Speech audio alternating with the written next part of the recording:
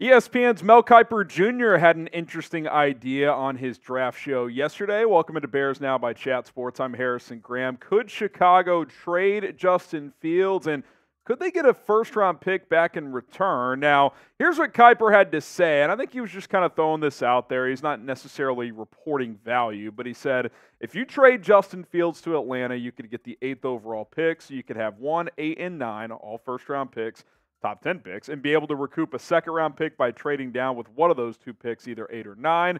A lot of maneuverability for the Bears, but if it's me, I'm taking Caleb Williams and I'm number 1, and I'm trading Justin Fields. That was Mel Kiper Jr. Now, I'll be honest. I would be pretty surprised if Justin Fields fetched a top 10 pick. Like, if that's on the table, that's something you have to consider very heavily, and quite frankly, you'd probably pull the trigger on. Could I see a late first-round pick, a team like Pittsburgh, who is picking around 20 or so, that needs a quarterback? I could see that, but top 10, I don't know if that's that realistic of a scenario. Not because I don't think Justin Fields is solid. I think he's a starting quarterback in this league, but is a team going to send you a top 10 selection for him when you'd have to make a decision on paying him soon if you're that team?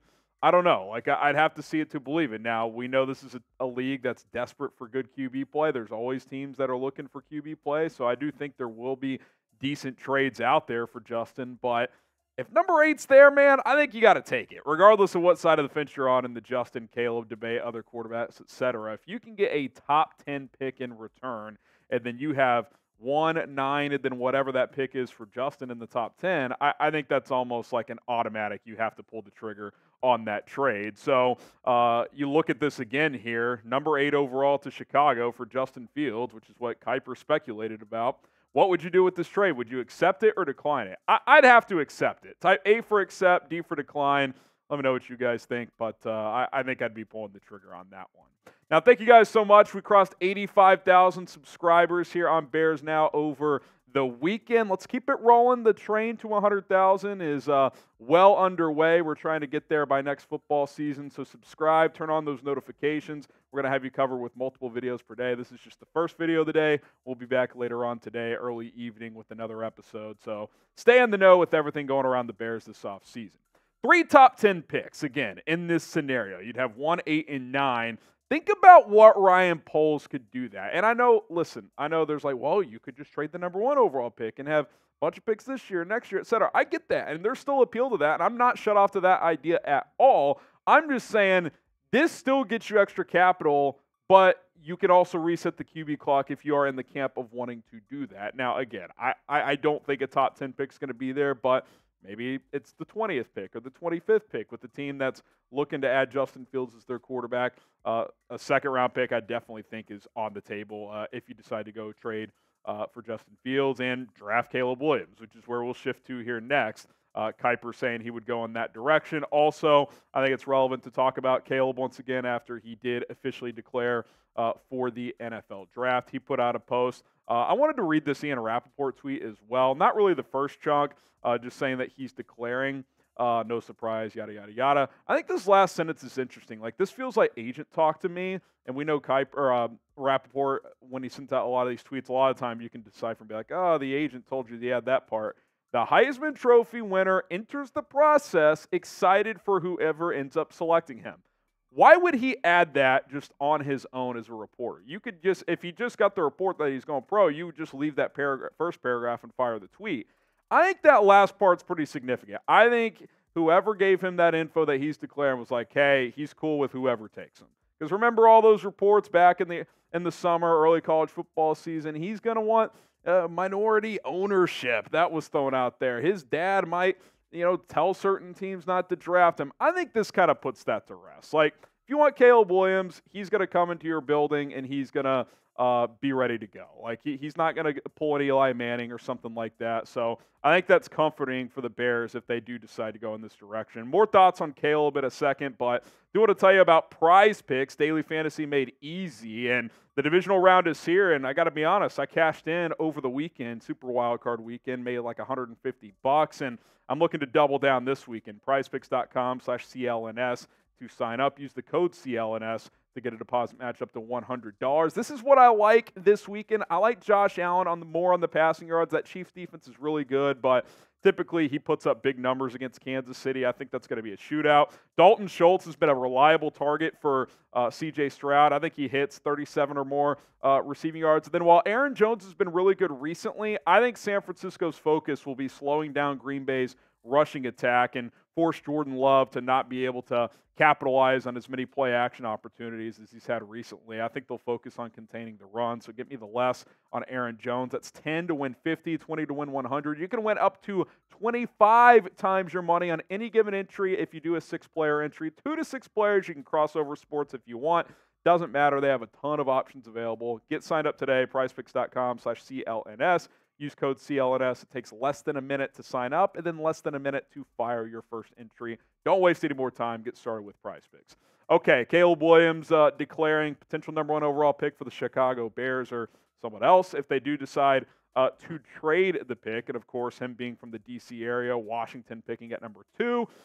That'll be an interesting storyline over the next couple of months. How aggressive do the Commanders get to potentially try and move up with their new general manager, Adam Peters? Obviously, for the Bears, it's a very real possibility that Caleb Williams gets drafted here. Regardless of what your stance is on that, you want to keep Justin, you want to draft Caleb, you need to embrace yourself for this possibility. Yeah, I would say it's at least 50-50 that they go in this direction. So I'll be curious to see. Ryan Poles says he's going to take this quarterback decision to April. We'll see if he sticks with that. They're obviously in the early part of their evaluation process. They'll get to know these guys starting at the Combine next month. It's going to be a hectic few months. But one thing that you can put to rest is the crazy theory of, maybe he'll go back to school. C.J. Stroud did the same thing last year, waited until deadline day, and decided to declare. Pick a quarterback. Who would you rather have for next year? Type CW for Caleb Williams, JF for Justin Fields. Drop the initials of the quarterback you would prefer in the comments section. Okay, let's talk about someone that could benefit Justin Fields. Greg Roman. So the Bears offensive coordinator search continues, and Greg Roman is the most recent to interview for the position. Now, we know these 5 candidates have either interviewed or are set to interview. Shane Waldron. Don't know if Clint Kubiak is interviewed yet. I know they've put out a request to interview him, but with San Francisco in the playoffs, I'm not sure if that interview has taken place. If it has, it's probably just a virtual one due to coaches in the playoffs through the divisional round don't do the in-person interviews with the new rule. Liam Cohen, we've talked about him. He's been in the NFL under Sean McVay, back at Kentucky calling plays. Very similar system to that McVay-Shanahan's scheme. Greg Olsen, that interview has taken place. He's been around for a while, a little bit of an older candidate, but same kind of style. Greg Roman's the first guy, though, where you look at this list and you're like, different type of offense, maybe a more Justin Fields-leaning type of candidate. And let's talk about Greg Roman a little bit. There are certainly pros and cons to him as an offensive coordinator, and there are a lot of pros. I mean, this is a guy that really unlocked Colin Kaepernick in San Francisco when Jim Harbaugh, Greg Roman, and Kaepernick, kind of that 3-headed offensive monster in terms of the brains behind it, really had a few good years, right? A couple of NFC Championship games, went to a Super Bowl. Kaepernick had some limitations as a passer, so Roman was able to tap into what he does best, went with the pistol offense, so that was really unique to see. Tyrod Taylor had his best seasons under Roman in Buffalo. You look at his career. While he was in Buffalo, Taylor had his best years. He designed an offense to kind of start Lamar Jackson's career. Now, I think it reached a point where they needed a new voice. They needed someone who could unlock the passing a little bit more, which is why they went with Todd Monken this offseason. But you look at what he did with Lamar Jackson to really kind of jumpstart his career, get him to an MVP type of player. You wonder if he could do something similar with Justin Fields, design this revolutionary rushing attack with him in Chicago if you decide to keep Fields as the quarterback. Now, the clear con for Greg Roman is he has poor passing game designs. Now, has a year off, year out of the NFL, has he improved in that area? Has he studied some of the better pass game designers in this league and gotten a better feel for that? Hopefully, right? I will say this. If you hire Greg Roman, I think you need a passing game coordinator, and maybe it's a QB's coach / pass game coordinator that really knows how to design passing offense, because even though things were really good with Roman and Lamar, especially those first few years, what would happen is if they got down in games,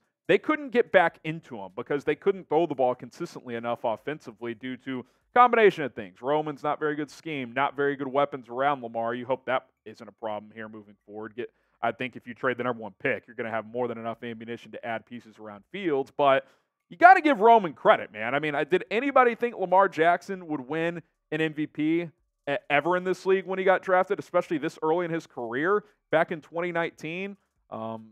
Again, the passing volume wasn't huge, but it was very efficient. Like, you would take mid-60s completion percentage for Justin, low to mid 3,000 yards passing, especially if the running is still there, which obviously if Justin Fields is your quarterback, you still have to embrace him as a runner at least a decent amount. This type of year you would take in a heartbeat. Now, I don't think 36 touchdown passes to 6 interceptions is a realistic expectation for really any quarterback that would be in this building next year, but I think from an efficient standpoint, you would sign up for these numbers, I think, for any quarterback, and if you keep Justin Fields, maybe Greg Roman could put out a similar output with that type of, really good running scheme. You just hope the passing game is a little better than what we've seen out of Roman in years past. Would you hire him? I know there's a lot of debate on Bears Twitter. Here's what Bears Now YouTube subscribers, audience, what you guys think on this one.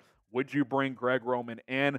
I'm not shut off to it. If you keep Justin Fields, I think he'd be someone near the top of my list because we know that he would create a damn good dynamic rushing attack with Fields as the quarterback here. It's just I would have questions when you get into those games where you got to throw the football in these shootout situations. Can Greg Roman lead a passing attack with Justin Fields at an adequate enough level? That is the question I would ask, and hopefully those are the type of questions that were asked when they interviewed him. All right, appreciate you guys for tuning in to Chicago Bears Now. We'll be back later with more coverage here on the channel. Might do another mock draft. That could be tomorrow as well. Still got to figure out what we're talking about later today. But subscribe, turn on notifications. We'll see you then. Bear down.